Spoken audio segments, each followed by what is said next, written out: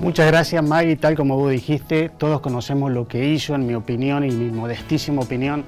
Creo que Sigmund Freud fue el humanista del siglo pasado por excelencia. Fue un hombre que se encargó de conocer y sobre todo de explicar el comportamiento humano como nadie lo ha podido explicar. Fue, como recién se dijo, el padre del psicoanálisis, el creador del psicoanálisis.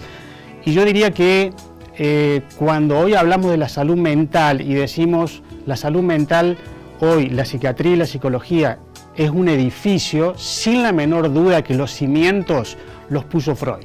Sin duda que los cimientos es el psicoanálisis y a partir de ahí crece el edificio. Hablando de Freud, Sigmund Freud fue un hombre que nació en un pueblito en Viena, en Austria en realidad, cerca de Viena. A los 2 años, con sus padres se traslada a Viena. El padre era judío. Posteriormente pasa toda su adolescencia, su juventud ahí en Viena, estudia en la universidad, a los 24 años se recibe de médico, hace psiquiatría, los resultados en la universidad son excelentes. Se dedicó siempre al tema de la psiquiatría y neurología, o sea, la salud mental. Era muy adicto a 2 cosas. Al tabaco, ya que fumaba cerca de 20 habanos por día, desde jovencito hasta los últimos días de su vida. Y al otro que era adicto era el trabajo. Él trabajaba muchísimo, leía mucho, estaba más de 10 horas con los pacientes, es decir, tenía una dedicación, digamos, casi full time a su trabajo. Casi toda su carrera la hizo en la ciudad de Viena. En 1923, en realidad le empiezan a haber algunas molestias en la boca.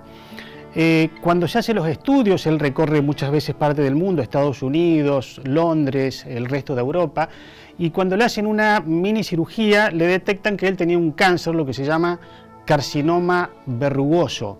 Es un cáncer que normalmente es bastante invasivo, le molestaba mucho en el hablar, él empieza a tener grandes dificultades con respecto a esto y también le empieza a generar una molestia que en realidad era más molestia para los pacientes que para él, porque él sin ningún tipo de problema cuando estaba en su consultorio, él podía esputar, es decir, escupía una especie de sustancia que tenía en la parte interna de la boca después de la cirugía y lo tenía el paciente al frente y él escupía para otro lado sin ningún tipo de dificultades. Esto, por supuesto, a los pacientes le complicaba bastante. Pero Freud fue un hombre que sufrió, dentro de toda esta enfermedad que tuvo, que se la descubren en el 23, ha sufrido realmente de 33 operaciones.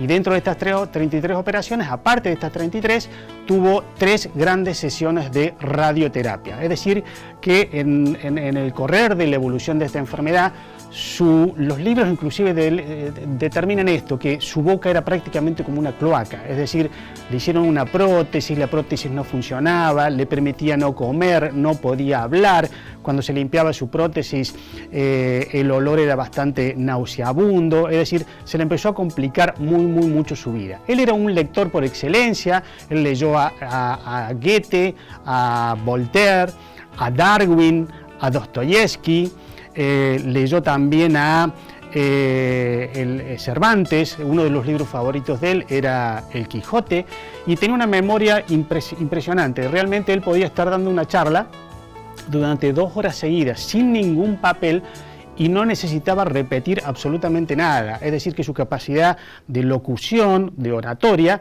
era extraordinaria.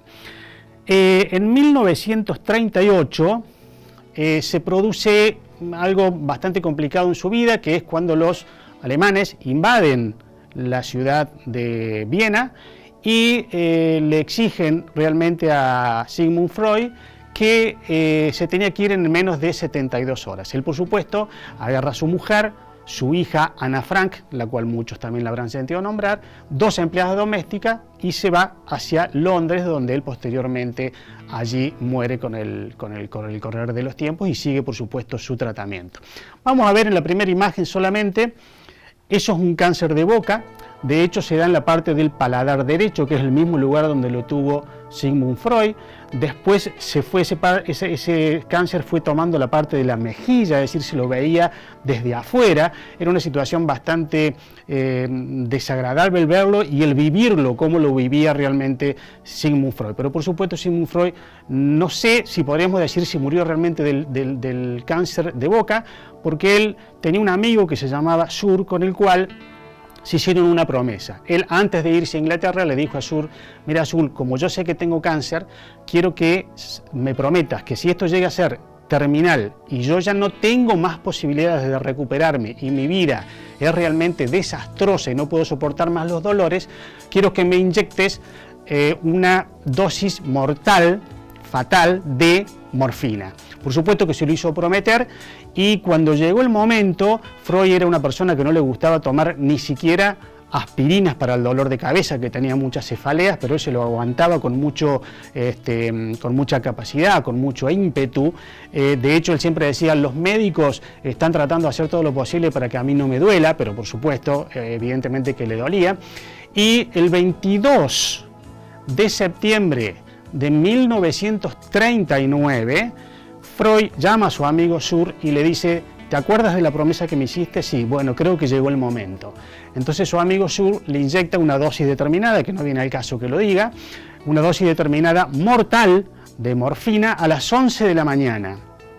A las 11 de la noche, Freud no había muerto por esa dosis, entonces su amigo le vuelve a inyectar la misma cantidad de dosis a las 11 de la noche, y el día 23 de septiembre de 1939, es decir, a las 3 de la mañana, 4 horas después de la última dosis, Sigmund Freud fallece.